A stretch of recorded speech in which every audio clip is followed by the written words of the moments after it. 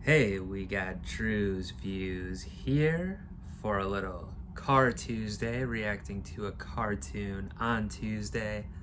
And today I am commencing what I have entitled Try July. So it's the first week of July, first Tuesday, July 2020. Crazy year so far, as everyone knows. But if you had missed my last video where I announced what I was doing, basically I hadn't yet decided on a new series to watch. So for the month of July, every week I'm doing a different cartoon, the first episode of it. At the end, I will decide which one I want to pick to do the whole season of, or possibly the whole series of. So I'm starting today with She-Ra and the Princesses of Power, episode 1. Now, I essentially know nothing about this program whatsoever. Really, I heard some buzz recently that I think it wrapped up. I think I saw on Twitter something people were talking, or it was trending or something like that.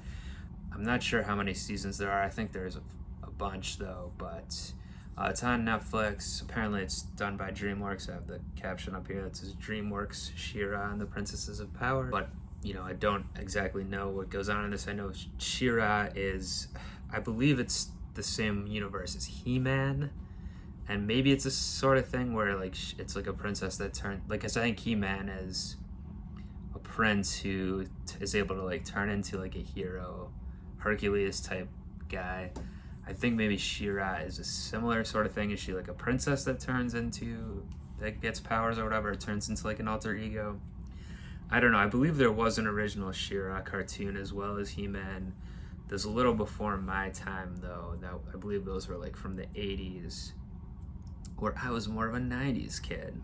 And people watching this show now are probably much younger than me for the most part. But anyway, like I said, that's really all I know, which is basically nothing.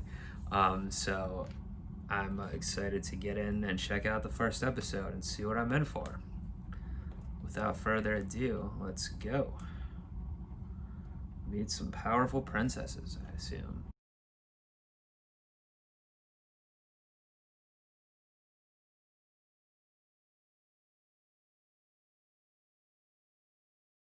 Alright, so that was a fun enough premiere episode. I like the look of it, definitely.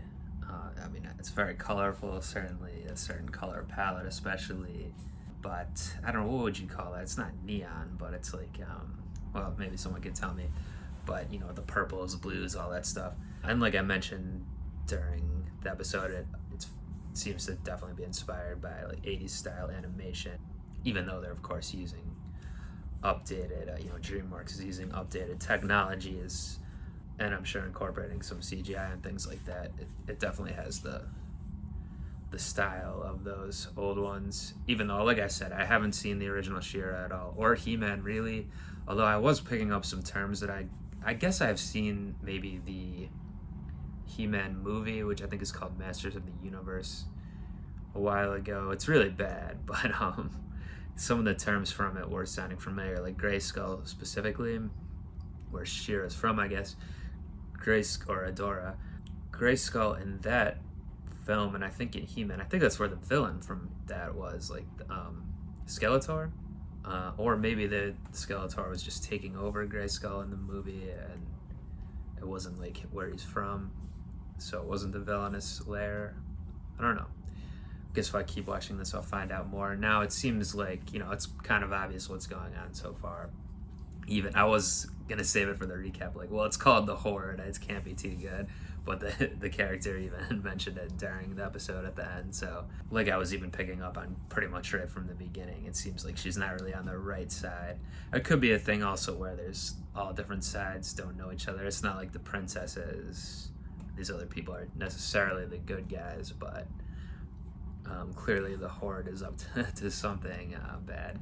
And the Shadow Binder, or whatever her name was as well, said she found her as a child to raise her. So I don't know about that. She might have been kidnapped, Adora.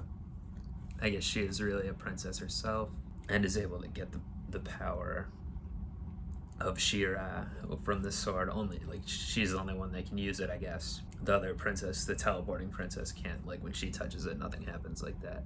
So yeah, the teleporting is pretty cool. Like I was trying to figure it out a little bit. Obviously, like she can't just like teleport anywhere by thinking about it, or they would have got home already.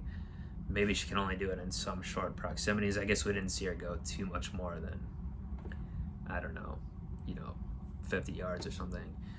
Always hard to tell in cartoons what spatially is going on, but yeah, it's a great power to have. Certainly, I don't know. I assume her mother can do it as well. We didn't see her do it, or is it just something she has? I don't know, because also things in like their castle were like just floating, almost like a video game or something. Like the steps you jump up, but like the steps from like the queen's thing or man princess, whatever it is. That's the thing too.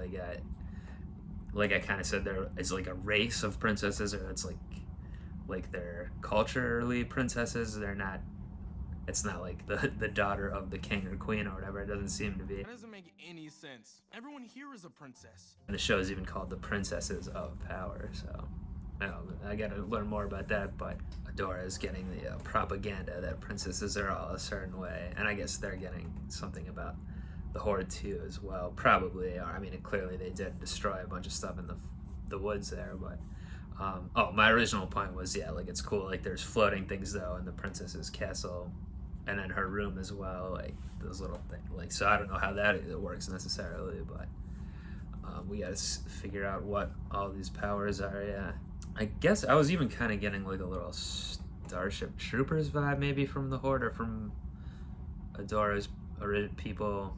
And with the bug thing coming in at the end reminded me that a little bit of that as well. Yeah, but like how they're all training and they're ready to go. She wants to go in and fight when she doesn't really know what's going on. And then Katara, I guess her friend, that name's got to be from the original cartoon, right? Because that's so stupid, Katara.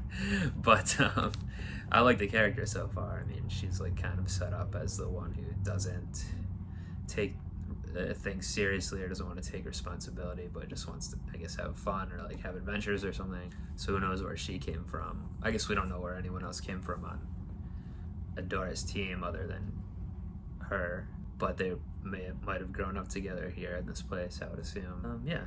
So if you enjoy the show or enjoy my reaction, let me know.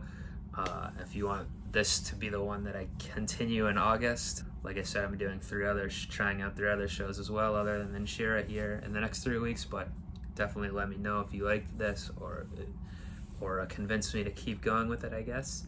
Do subscribe to the channel here in general. And yeah, I'll be back next Car Tuesday with the next Try July episode. Do join me back for that. And until then, I'm up out of here. Peace.